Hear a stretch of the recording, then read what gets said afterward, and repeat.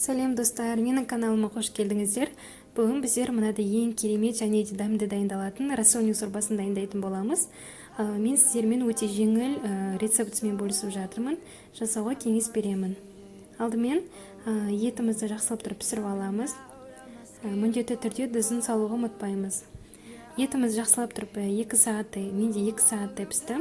2 сағаттай пісіп болған соң бөлек ыдысқа салып аламыз.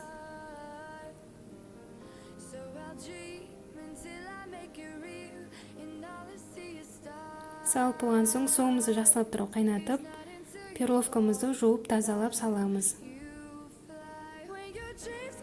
Перловка менде 35 минуттай пісті. Жақсылап тұрып 35 минуттай пісіріп аламыз. Перловкамыз пісіп жатқанша біздер картошкамызды ашып, жуып, жақсылап тұрып тазалап аламыз. Және де онда үлкен емес, және де кішкентай емес, орташа қылып кесіп дайындап қоямыз.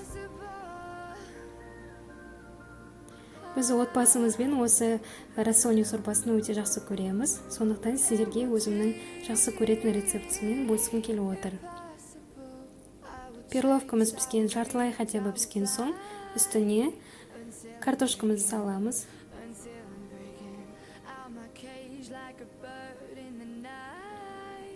Картофелімізді да 15 минуттай пісіреміз.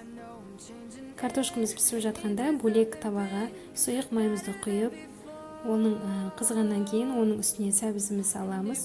Пиязымен бірге екеуін жақсылап тұрып қуырып аламыз.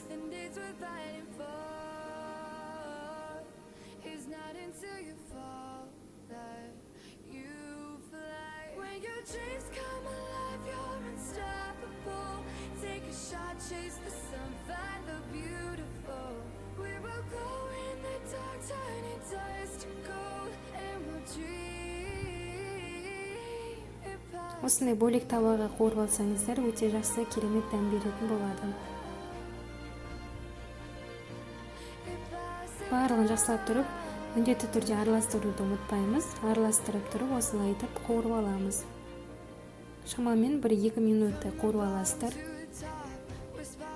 Қуырып болған соң үстіне ащы қиярымызды салып, оны да жақсылап тұрып қуырып аламыз. Онда көп қатты қуырудың қажеті жоқ. Шамалы ғана тоже 2 минуттай жарып болады. Міндетті түрде араластырып тұрамыз.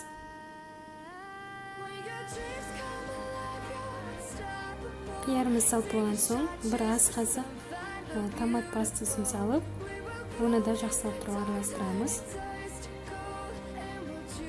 Араластырып болған соң, ащы қиярымыздың суын құямыз осы ыдысымызға.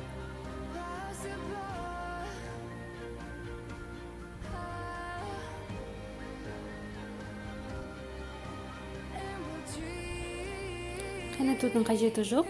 Жақсылап тұрып араластырып болсаңыз,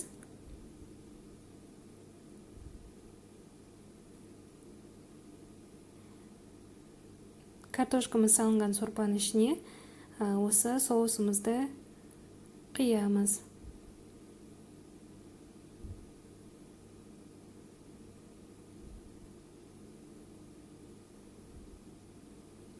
Бетіңізге шашырап кетпесін, жаймен деп саласыздар, е? Барлығын салып болған соң, жақсылап тұрып араластырамыз.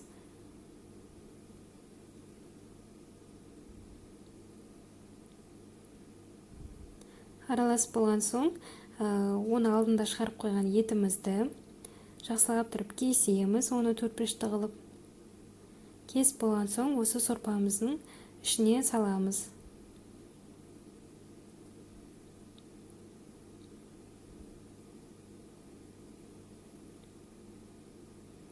Етіміз салып болған соң, жақсылап тұрып тағы да араластырамыз.